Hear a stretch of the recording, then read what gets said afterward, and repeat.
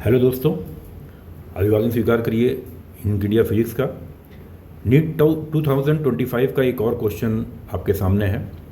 इस क्वेश्चन में नीट के स्टूडेंट्स जब पेपर में थे, बैठे हुए थे, तो इस क्वेश्चन को देखकर वो इसमें उलझना नहीं चाहे, इसलिए क्योंकि क्वेश्चन अगर उलझेंगे तो काफ़ी लंबा पड़ेगा। ऐसा सोच के काफ़ी स्टूडेंट्स ने इसको छोड़ दिया। इस क्वेश्चंस को करने के लिए मैं दो तरीके बताऊंगा। पार्ट 1 जो वीडियो मैं इस समय बना रहा हूं, जो प्रेजेंटली आप देख रहे हैं, उसमें तो मैं शॉर्टकट ट्रिक इस्तेमाल कर रहा हूं, लेकिन सेकंड वीडियो में इसको मैं फर्स्ट प्रिंसिपल से पूरा का पूरा सॉल्व करूंगा। तो सबसे पहले तो ये देखें कि इस क्वेश्चन को, जिस क्वेश्चन को देखते ही लोग छोड़ने का प्लान बना लिए, उस क्वेश्चन को ट्रिक के अनुसार कैसे किया जा सकता था। और आपको मालूम है कि ट्रिक भी उसके लिए काम आती है जो थोड़ा बहुत पढ़ा हुआ होता है। जो बिल्कुल नहीं पढ़ा है उसके लिए ट्रिक भी काम नहीं आती।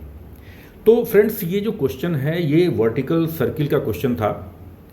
वर्टिकल सर्किल में नीट का स्टूडेंट इतना ज़रूर जानता है कि मिनिमम वेलोसिटी नीचे क्या दी जाए, या बॉटम पॉइंट पे मिनिमम वेलोसिटी इस पॉइंट पर क्या दी जाए कि जो बॉब है, जो पार्टिकल है, वो कंप्लीट सर्किल कर जाए, यानी फुल सर्किल कंप्लीट हो जाए। इसके लिए उसको इतना ज़रूर पता रहता है कि सर्किल को कंप्लीट करने के लिए नीचे जो बॉटम पॉइंट है उस पर मिनिमम वेलोसिटी जो v0 देनी रहती है, वो देनी रहती है √5gr या l। इतना उसको मालूम है। और ये भी उसको रटा हुआ रहता है कि टॉप पॉइंट पर पहुंचने के बाद वही पार्टिकल जो नीचे हम लोग दिए थे मिनिमम वेलोसिटी 5gl √5gl, उसी पॉइंट, उसी का ऊपर जो टॉप पॉइंट पर जब वो पहुंचता है और वहाँ पर जो है उसका धागा ढीला पड़ता है, तो उस समय उसकी जो वेलोसिटी रहती है वो रहती है √g/l। तो क्वेश्चन में क्या कहा गया है? क्वेश्चन में कहा गया है कि a bob of heavy mass m is suspended by a string of length l. The bob is given a horizontal velocity v0 as shown in figure. If the string gets slack at some point p, किसी point p पर धागा जो आपका है वो slack कर रहा है, ढीला पड़ रहा है, making an angle theta from the horizontal, the ratio of velocity v of the bob at point p to the initial speed v0 is, यानी जिस पॉइंट पर धागा ढीला पड़ रहा है, स्ट्रिंग ढीली पड़ रही है, उस पर वेलोसिटी और बॉटम पॉइंट पर वेलोसिटी, इन दोनों का रेशो पूछा है। तो फ्रेंड्स, हम क्यों ना ऐसा करें कि थीटा को हम 90 रख दें। थीटा को 90 रखते ही हमारा जो पॉइंट P है वो शिफ्ट करके टॉप पे पहुंच जाएगा। ये पॉइंट P है वो शिफ्ट करके टॉप पे पहुंच जाएगा, और यानी कि अब ये हो जाएगा कि ये टॉप पॉइंट पे पहुंच गया और टॉप पॉइंट पे धागा ढीला हो रहा है, यानी कि सर्किल लगभग पूरा का पूरा कंप्लीट हो रहा है। यानी अगर आप थीटा जो है 90 रखते हैं तो आपका रेशो जो आ जाना चाहिए v/v0 का, v/v0 का जो रेशो है वो हो जाना चाहिए आपका √gl अपन √5gl, यानी कि 1/√5। अब आप चारों ऑप्शन में से देखें कि कौन सा ऑप्शन ऐसा है जिसमें थीटा 90 रखने पर 1/√5 आ रहा है। तो फ्रेंड्स, थीटा 90 रखने पर 1/√5 ये भी आ रहा है।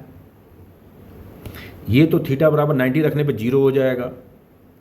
ये थीटा बराबर 90 रखने पर 1/√5 आ रहा है, और चौथा वाला थीटा 90 रखने पर 1 आ रहा है।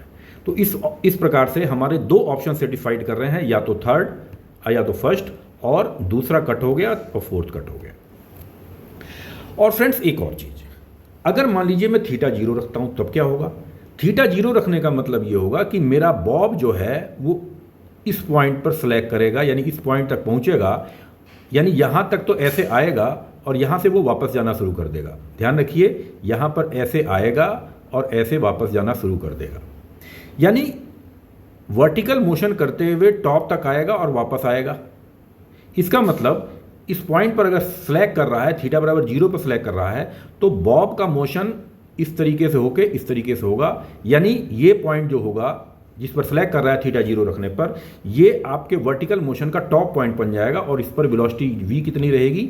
0 रहेगी। अगर थीटा बराबर 0 रख के हम लोग देखें तो इसका मतलब अब कितना आ जाना चाहिए? थीटा बराबर 0 रखने पर हमारा जो रेशो है वो भी 0 आ जाना चाहिए। तो आप रखें if theta is equal to 0 then v/v0 should be equal to 0। तो अब आप देख लें कौन सा थीटा 0 रखने पर ऐसा आ रहा है। थीटा 0 रखने पर ये आ रहा है 1/√2। और ये जो आ रहा है वो आ रहा है 0। इसका मतलब थर्ड ऑप्शन आपका सेटिस्फाइड कर रहा है और फर्स्ट ऑप्शन आपका कट जाता है। तो फ्रेंड्स, इस तरीके की ट्रिक्स हैं, इस तरीके की चीज़ें हैं जिससे आप क्वेश्चन को आसानी से कर सकते थे उलझने की बजाय। सेकंड वीडियो में मैं इसको पूरा फर्स्ट प्रिंसिपल से सॉल्व करूंगा। फर्स्ट प्रिंसिपल मीन्स की एनर्जी कंजर्वेशन से, और जो भी जिस तरीके से भी सॉल्व करना चाहिए उस तरीके से सॉल्व करूंगा। फिलहाल मैंने आपको ये बता दिया कि अगर आप इस पर ये दिमाग लगाते तो इस क्वेश्चन को 1 से 2 मिनट के अंदर अंदर कर सकते थे। देखने के लिए धन्यवाद। आपका दिन शुभ हो।